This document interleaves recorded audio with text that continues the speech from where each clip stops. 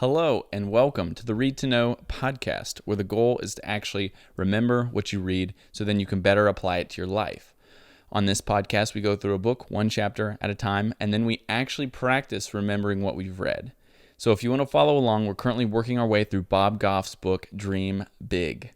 I'm Zach Brown, and my friend Chris Yarber is joining me to help discuss and break down this book. Also, if you're on Apple Podcasts, it would be huge if you left a rating and review for us. It would help out a ton.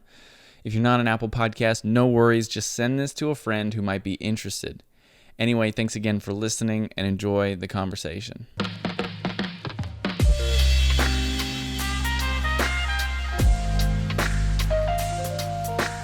I really think one day I would like to write a book. I don't know what it would be on, but I think I'd like to write one. And I can't say that's necessarily an ambition of mine, because again, I have no idea what it would be on, but I think I'd like to do that. What about you? Have you ever thought about writing a book? Yeah, I definitely have. I would like to write a book. I don't have any ideas as to what it would be or what I would say, but and I honestly don't even have any plans on writing a book anytime in probably even the next 10, 15 years. But it'd be something later down the road that I'd be like, yeah, I'll write a book now. Yeah. You know, just to do it. Yeah. You know, yeah. and just to, my goal. I'm going to take one out of, Bob Goff's and Donald Miller's book. I'm going to make it a New York Times bestseller. There you go. So that's what I'm going to do. There you go. I don't know what it's about, but it will be. It a will New York be a Times bestseller. I did have a couple professors in college, when we would get into the class, you would see the list of books that are required for that class. Of course, if they've written a book, their book is always in that lineup of required text to read. And of course, they know it cover to cover because they wrote it. And I like that. That's, if a professor is teaching a class and they've written a book, you're reading it. Right. You Whether have to the book read it. has really something to do with the class or not. Typically it does. So that's a good thing. It does have to actually do with the class. But I think that would be cool to do because I wouldn't mind teaching maybe at a college or a seminary sometime. But, if I ever wrote a book, it'd probably have something to do with, whatever I'm teaching on. So anyway, but I think sometimes Bob, by the way that he writes, is a little surprised at now that he's written 3 books. And in this chapter 24, 1,000 words a day, that's where it starts for him, is it starts with writing 1,000 words a day. Not good words. He says bad words, not bad as in cuss words, of course, but bad as in, he's definitely going to have to go back and rewrite those later. Those certainly aren't going to be, those first words are certainly not going to be a New York Times bestseller. So here in this chapter, if you're listening and want to be an author, we get insight into maybe how you can start that adventure. Yeah, exactly. And just it applies to if you want to write a book, but it also applies to any other ambition as well. Yes. Is that, the thing is, he talks about distractions in this chapter, and distractions are very easy to come by. They are a real thing. Yeah. And especially nowadays, because we get distractions probably every 5 minutes from a notification popping up on our phone. But he says we'll get distracted chasing our ambitions. Distractions will come. We need to learn to be able to get past those distractions quickly. And we can't avoid them totally, but we can be aware of them, and we can have things set in place to help us counteract them and get back on track as soon as possible. Yeah, and in this chapter, he does have a list of different ideas of what that may look like for getting past these distractions, because of course this chapter very much aligns with the one before it. It's about taking action and moving forward in your ambition, but it has this distraction kind of twist on it, focusing. And as the subtitle reads, live your life undistracted. And so that's the purpose in some of these details and action tips that he gives us. One, of course, he doesn't write in here, but I admire and actually copied from you, was social media, as we know, can be a huge distraction. And so you and I actually delete those apps off of our phone until we go to use or post one of those, and then we take it back off. But that can be a huge distraction. Instagram stories for me are right there at the top of the distraction level. I can get stuck on those for quite a while. Right. So I tell you what, I've slacked off a little bit during COVID as far as my the whole world's distracted right now by COVID talk. That's a distraction. Yeah. But at the beginning of the year, I was being really consistent, and I would delete Instagram and Facebook, all that at the end of every day, like at night before I went to bed, and then I wouldn't re-download it until the next evening. and then I would install it and kind of, look at it a little bit. And then if I needed to post, I'd post something. And then I would delete it again. And yeah, I mean, what's funny is that about that, when you delete Instagram off your phone, for some reason, at least for me, it takes away the urge to even check it. It's so weird. When it's on my phone, I automatically just go check it. When it's off my phone, I don't even think about checking it. Right. So it's weird. not there. Yeah, I get to the end of the day and I'm like, there were times where I was like, I haven't looked at Instagram yet today. I don't know if I want to. Like I just, which is so weird because if it's on your phone, just immediately you unlock your phone, you go to Instagram. Unlock your phone, go to Instagram. That's how I would be, and I think that's how probably most people live. Yeah. And if you take it off, at least for me, it took it like I didn't even think about it. Yeah, it's not so there, weird. Out of sight, out of mind kind of thing. You know, it's not there. For me and my job, social media is kind of an administration thing. If you look up Christopher Yarber, you will not find me on Instagram. I'm not even on Instagram, but I do things for our organization. And honestly, to me, that's an administrative duty. One of the things he lists in here, which I'm so glad that he does, it's kind of a new thing, or at least to me it is, the fact that you can get administrative help from people that are not necessarily around you for $50 to $100 a month. That's one way that you can live a life undistracted, is some of these things, for you to push forward in your ambitions, sometimes we have to distribute, or we have to, give some things up, and maybe there's some things that still need taken care of. But we have $50 to $100. Now that's my problem, is having $50 or $100 to give this to somebody. But if you have $50 or $100 a month to give, hire someone like a virtual assistant, so to speak, for a couple hours a day, and then boom, they help you get things off your plate. And it doesn't even just have to be for your job. You know what I mean? Yeah, A lot of people hire VAs for their job, for checking their emails, for scheduling their appointments, for booking this, that, the other thing. But you can also, as he says here, you can use virtual assistants for things just regarding your ambitions that is maybe outside of work even, Right. So yeah, if you have a couple, extra dollars to throw at that for a few hours a week or a few hours, a month, then you can do that. That's an option. But moving on to, he talks about distractions a little bit, like we were talking about for Instagram and like daily distractions. He also talks about distractions that come in, like he's mentioned before, that could be other opportunities. You know what I mean? And he says other opportunities may show up that may actually distract us from the things that we're focusing on, the things that we're chasing right now. True. And sometimes he says, doesn't mean that every time something comes up, you can't just do something out of, for a whim. You know what I mean? Like, you can do that. There are times when you can just, you can explore this opportunity just on a whim and just, hey, see what shakes out. Yeah. You know what I mean? But you have to know that sometimes those are distractions, and you have to know when it's time to get back on track. Yeah. And you can't let those things just off-rail you totally. Right. Yeah. We just can't chase whim after whim after whim after whim and expect our life to continue moving forward towards our ambitions. We'll find ourselves off track, going another direction. But you're right. It's a balance there. You can take those, but we have to understand and look at opportunities through the lens of our ambitions and ask ourselves, okay, is this serving this, or is it kind of distracting us? Yeah. And the biggest probably takeaway that I took from this chapter is that he has that big list. He has that total list of his ambitions. And whenever something else new comes up, he looks at that list and he says, is this something that I should add to this list? And why should I add it to this list? And then if those two things, he can answer those two questions correctly, or to the enough that it makes sense to add it to the list, then he adds it to the list. Do it. And if it doesn't, then he's like, all right, well, here's my list, and here's this new thing that could be. Should I toss it to the side, or should I add it in? And then there you go. Then that helps figure out what you should do, how you should treat it, what if you change course or if you keep going, or what. It helps you make decision making in that arena easier. Yeah, it does. And I think there's something there about having it physically in front of you, because he also talks in this chapter about giving yourself reminders as well.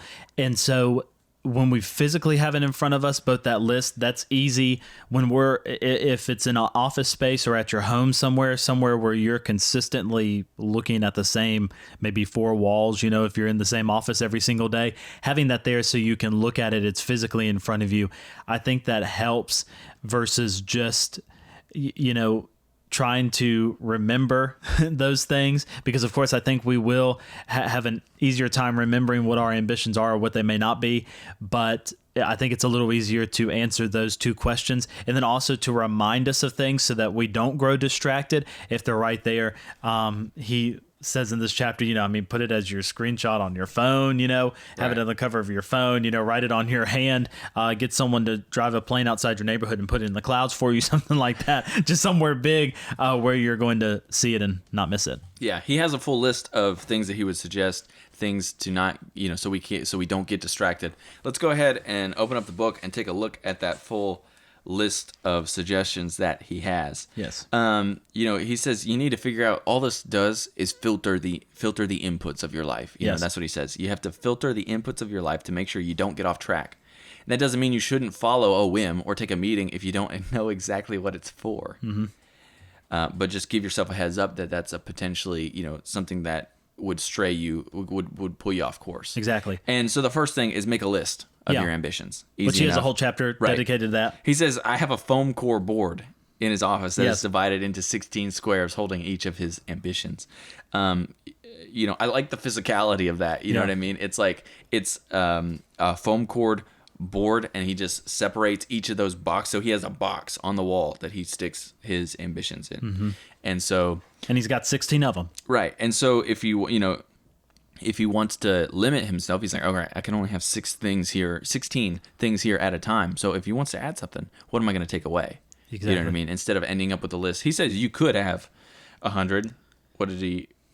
Yeah, he says you could have 3 squares or 30. The trick is to know why it made the list or didn't. Exactly. So you could have a lot. Right. But limiting yourself helps you, at least limiting yourself to some degree helps you narrow down what's the most important. Right. Than just being like, all right, all these 100 things, they're all on the list. You know what I mean? Which as we talk about, you may have like kind of a bucket list, a laundry list of things you would want to do at some point. But what are the ones you're looking at now, you're focusing on now? That's what he's narrowed down here to these 16.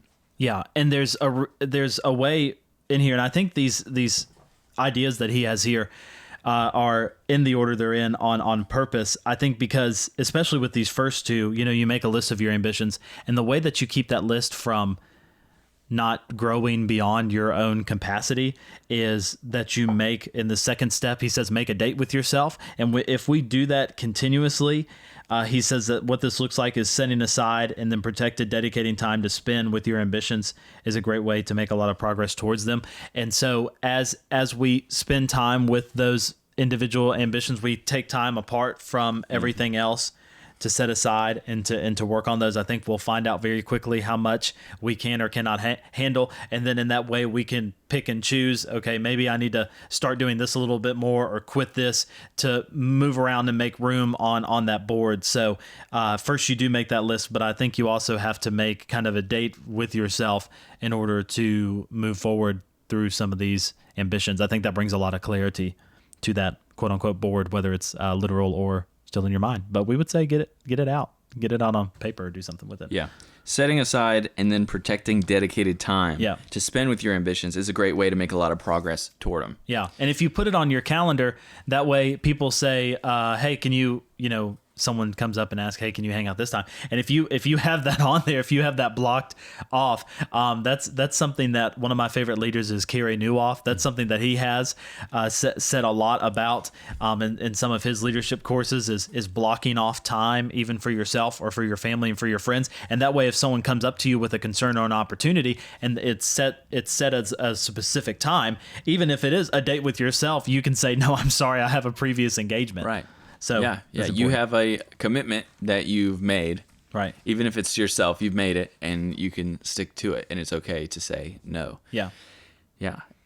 Another one: make one phone call a day, and this is kind of an interesting one because this is not something that I think we think about often, and it's not something that I didn't think it would be on this list. But make a call, one phone call a day, and basically it says call someone that can help you make progress on your ambition every day. Even if it doesn't work out, even if the phone call doesn't go the way you thought it would, or if you don't even get to that person, do something or make a phone call that will help you move the ball down the field. Yeah. And really the whole idea behind this is that he says even a small action each day can lead to huge outcomes. And it reminds me, when I read that part, it reminded me of him always sending a letter to the Queen asking if he can have tea with her every time he heads over the big pond here. And but you never know how those small actions that he continuously does, what kind of outcome it may produce, because he may be able to fulfill that ambition. He'll see. But small actions lead to big outcomes. Yeah. Next one is put reminders everywhere.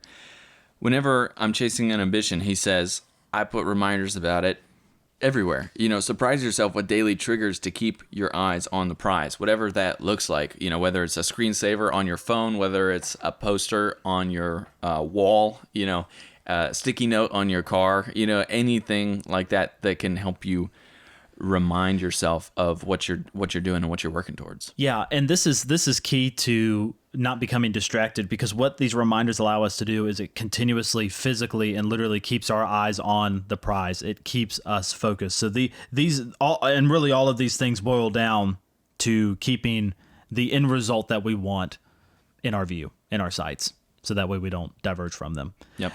And then we mentioned earlier, get some administrative help. Can be very helpful as well. He says that these assistants can help you handle the details that have become impediments to getting after your ambitions. Right. And here's the great thing about knowing strengths and weaknesses, right? So you could have an ambition and you yes, I want to do this, but there's something that is a part of that job that is not in my wheelhouse. That's not a strength of mine necessarily. If you pay someone to help you and to bring you along, and it's something that you can hand off, that you can delegate that and leave you open to do things that is more in your wheelhouse. Exactly. And because those things that aren't, it's gonna take a lot more time and effort than if you did something that is in your wheelhouse. Right. Yeah, we got to remember everything that we commit to and every decision that we make, of course, it's going to cost energy. And so really where are we putting our energy? And if we can distribute some of that, again, going along with what you said, that can really empower us moving forward. Yeah, exactly. The next one is set incremental goals or milestones. Mm-hmm. Some ambitions are so gargantuan that they can only be accomplished a little at a time. And he even says if it's small enough that you can complete it in a day, again, maybe it's something that should be a little bit bigger. Right. And set small goals and celebrate them. Yeah. He says celebrate the small milestones, the small goals that you tackle. And whatever it is, if it looks like going to Disneyland, or going to Cold Stone. Either one. Both have good ice cream, so you're set either way there if you're an ice cream lover. That's true. Both have good ice cream. But I wouldn't go to Disney just for the ice cream. No, I wouldn't either. So, if you're going to Disney just for the ice cream, you need to go to Cold Stone. But he says what's matters is that you're acknowledging the progress that you've made. So we got to have those celebrations and small victories. Probably, again, our personality types probably lend itself to this. We probably do things and accomplish things and probably don't celebrate it. Oh, no, not at all. As much as we should. Right. You know what I mean? We don't have to throw a party for ourselves necessarily, but we don't even do little things to help be like, all right, I got that. Yeah. Celebrate that, enjoy that.